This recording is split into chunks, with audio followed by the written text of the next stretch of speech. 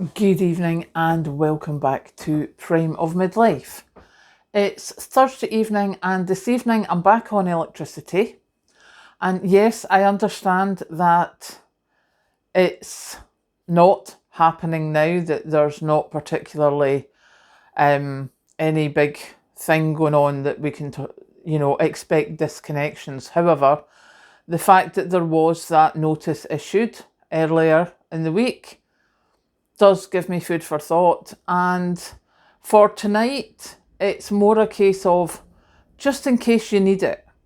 And yes, it could be that this is never going to happen, as some of the people have said in the comments, you're scaremongering, the social media says this every winter so that they get views. I'm sorry, but no. I prepare for this every winter because I live in Scotland.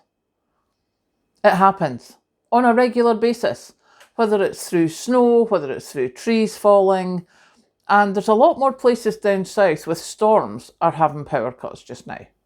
But that's not what we're talking about tonight.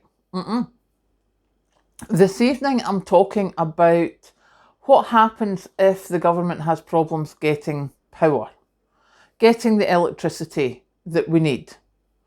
So what happens is if they're going to do like disconnections, as they call it, they have a plan and it's been there for ages.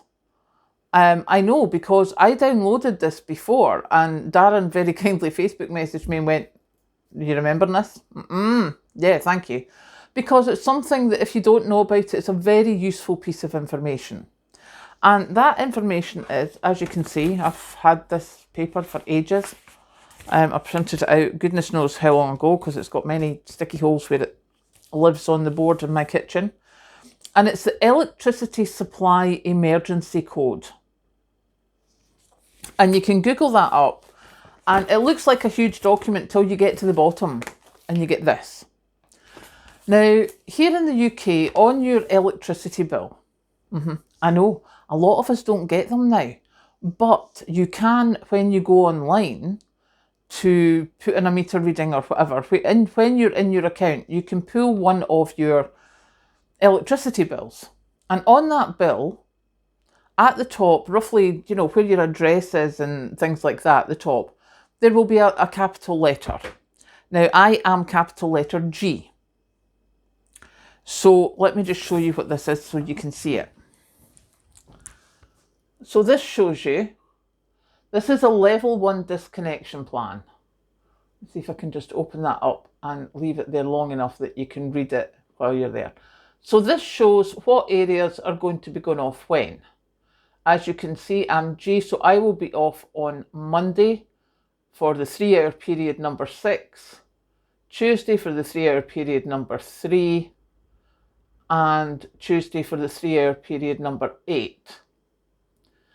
And as you can see, it goes right down. So that's level 1 disconnection. And the level 1 disconnection, I mean, this disconnection is for if there's not enough power to go round. So that's level 1. That's level 2. As you can see, there's a lot more black squares. Level 3. And then we get to the back page.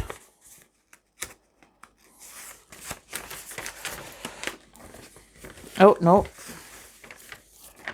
Level 3 disconnection. I don't seem to have a level 4. Possibly didn't have it. That's a level 5 disconnection. So that is how it has been decided. Now, this was decided, I think this the last update was 2019. But basically, it's 3 hours on, 3 hours off on given days, etc., etc.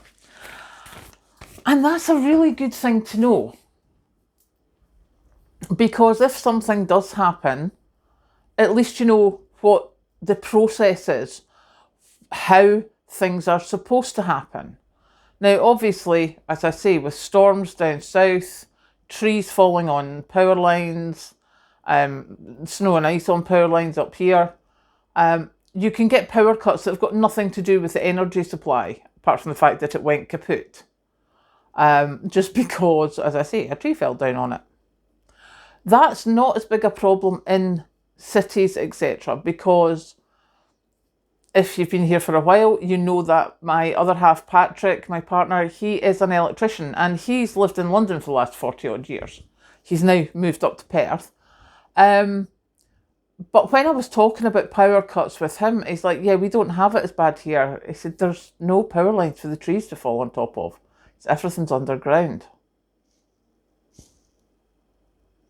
I had never thought about that. Never occurred to me. Never occurred to me in the many times I visited him in London before he told me that, to notice that there wasn't dirty great big power lines going across streets and things. I never noticed. But you will notice if you live in a city that you don't have power lines going across your streets nowadays like they used to. Can't believe I didn't notice it. However, here we still have the pylons, we still have power lines in the streets, etc., etc. So yeah, there is a lot of it underground nowadays, but as you get more rural, then power is still taken to you by overhead lines. My mum and dad's house, the old house, it used to have power lines. I remember because some stupid plant that my father planted the vines started growing around the power lines. It climbed up a tree and went over onto the lines, and we had to get someone to disconnect it because I was not going up a ladder that far. Let's be honest, nothing surer I would have fallen off it.